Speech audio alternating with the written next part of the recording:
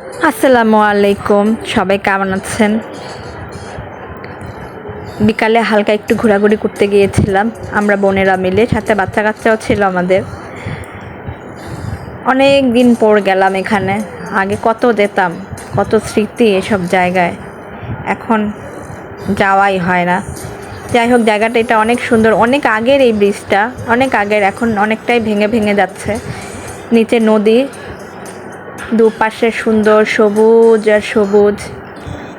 অনেক সুন্দর একটা জায়গা এটা। আমি হাঁটছি, আমার বাকি বোনরা বা বাচ্চাগুলা সবাই সামনে চলে গিয়েছে, আমি ওদের কাছে যাচ্ছি হেঁটে হেঁটে। গিয়েছিলাম, আমার মামাতো বোনের বিয়ে হয়েছে, ও ওখানে ভাড়া নিয়েছে, ওইখানে ঘুরতে গিয়েছিলাম।